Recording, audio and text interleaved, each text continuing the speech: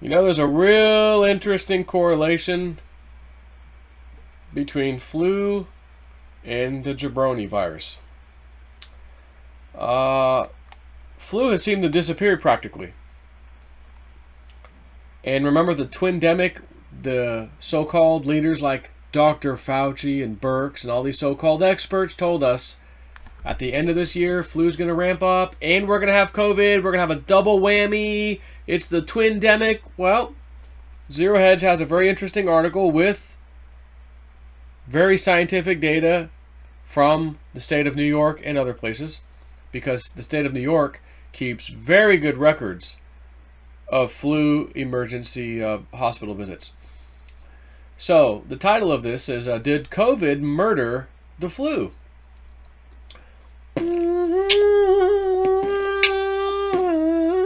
Ooh. Try again.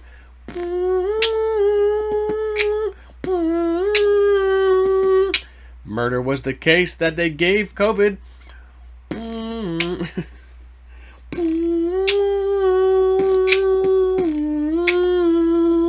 Murder was the case.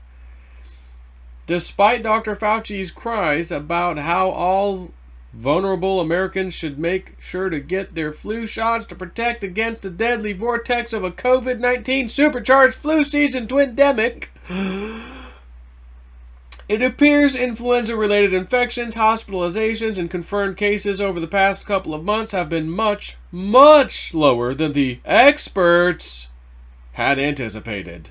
And on Tuesday, one day after publishing an editorial written by bossman Michael Bloomberg, where the billionaire urged Joe Biden to lead on the fight against climate change, he even suggested Biden make or mandate sleepy ESG-focused financial disclosures. The financial news behemoth has decided to boldly question the accepted science, accepted by Bloomberg and many of its competitors at least, about the brutality of the 2020 to 2021 flu season. Scientists initially feared the most vulnerable people might be infected with both viruses simultaneously, prompting deaths to explode. Instead, rates of confirmed flu cases have absolutely plummeted. Not just this winter, but earlier in the spring as well. Though some have posited that the overwhelming impact of COVID may have had an impact somehow, as COVID hammered the U.S. and particularly cities like New York City.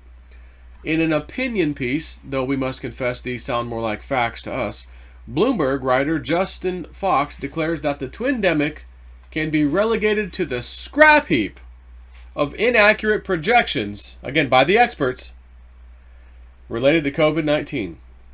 And he starts by pointing out that by virtually every single measure, flu cases in the United States and also in Europe, Australia, and elsewhere have fallen substantially since the beginning of the COVID pandemic. New York City, which keeps some of the finest, best records on emergency-related flu virus visits, has seen a startling drop.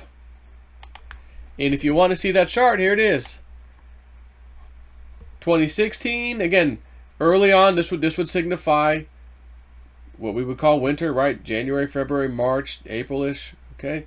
End of the year. And again, it starts getting cold out. Here comes winter again. Peak, goes back down. This is every single year. And look, New York had a bad flu season in 2018. 1,500, whatever. But you see this common up, down, up, down, up, down. It's wintertime, summertime, winter, right? And then a strange thing happened in 2020. We have this spike up.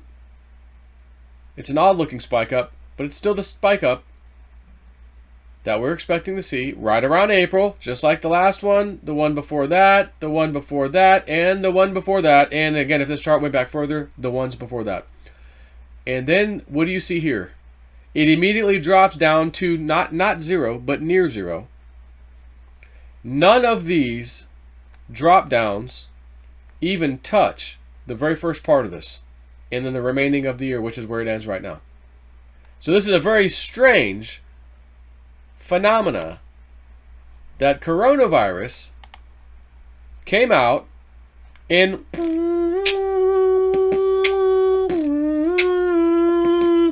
murder was the case that they gave it because flu must have been murdered. First time in world history, flu virus took a vacation.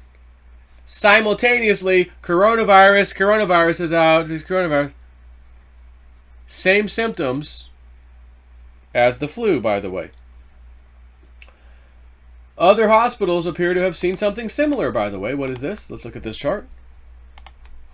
Figure 7, number of influenza hospitalizations at Sentinel hospitals between March and November. Again, influenza meaning flu. Between March and November 2015 to 2020. So again, by month and week, similar to the last chart, 2015, 16, 17, you can see the dotted lines and then the red line. My gosh. Number of influenza hospitalizations at Sentinel hospitals. So not just New York City. Red line. Again, not at, but damn near zero. All the way across the board. Flu virus has apparently been eradicated based off of this information. It's just gone. Flu virus is absolutely gone. The slump in the number of positive tests would seem to confirm that cases are down across the country. And again, they're talking flu now. We've been talking flu. At one point in the article, Mr. Fox, lists the fact that people may be afraid to seek treatment or get tested if they have the flu, and that this could be one reason for the drop.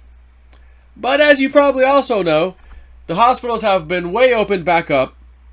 The initial scare factor, hospitals are going to be overrun. There was no overrunning the hospitals. People were scared. And then they said, month after month after month, you know what, let me go ahead and get that surgery done. You know what, let me go ahead and go to the hospital visit I needed. They're back open for business, but the numbers for flu are still down in the dumps. But given the similarity in symptoms, again, between flu and COVID, we imagine most people who get the flu will probably panic and get tested, and that, doctors being doctors, they will get tested for COVID. Not anything about the flu, right? And failing that, the flu, and given what we know about the massive false positives in the so-called PCR testing, which is out of control, by the way, the lack of flu cases seems quite oddly coincident with the surging wave of COVID cases. Again, this is probably just a pure coincidence, okay? First time ever, flu's pretty much practically gone away because we're just hovering above the line of zero, which has never happened before. But, you never know. This could be the year that COVID came out and flu decided to take a break. Can't a brother take a break? Got to work all the time? Come on. Flu needs a break too. Some among the more vulnerable might panic and seek emergency care, only to learn that what they're suffering from is a mild case of the flu, not the onset of a potentially lethal bout with COVID. Comparing this flu season to the last few years, it's worth noting that, for whatever reason, overall deaths were higher during the winter of 2017-18 than they have been so far this winter. While it's important to remember that correlation is not causation, and there are probably multiple factors at play here, if nothing else, it's a reminder that COVID-19 deaths must also be looked at in the context.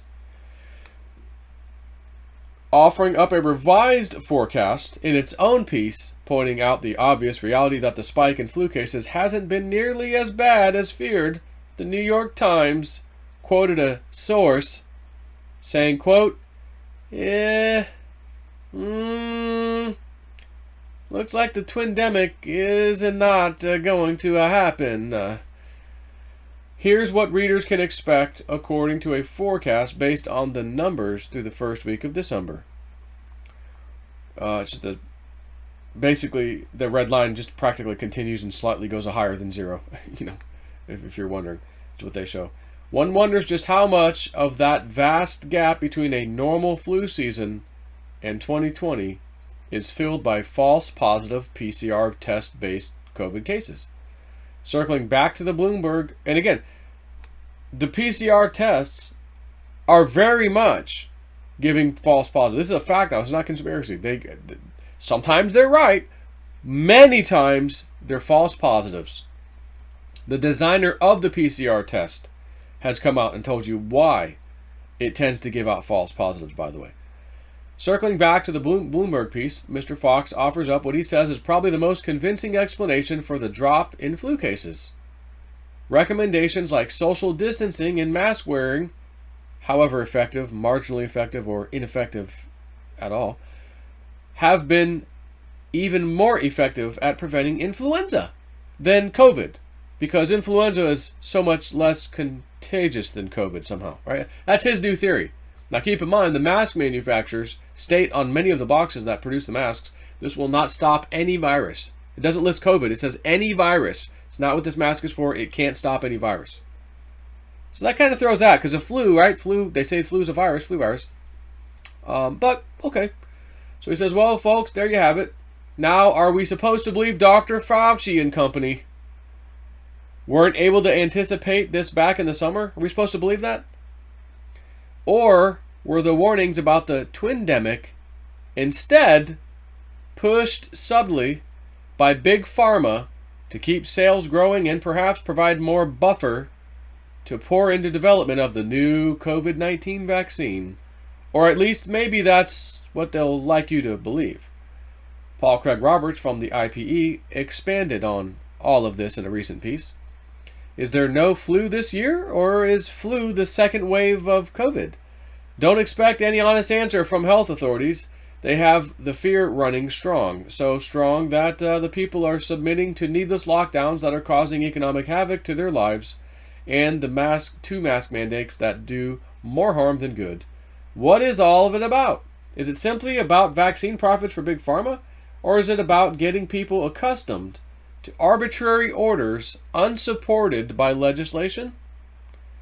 Isn't what we are experiencing a takeover of our lives by the executive part of our government? Or is it about reducing human fertility?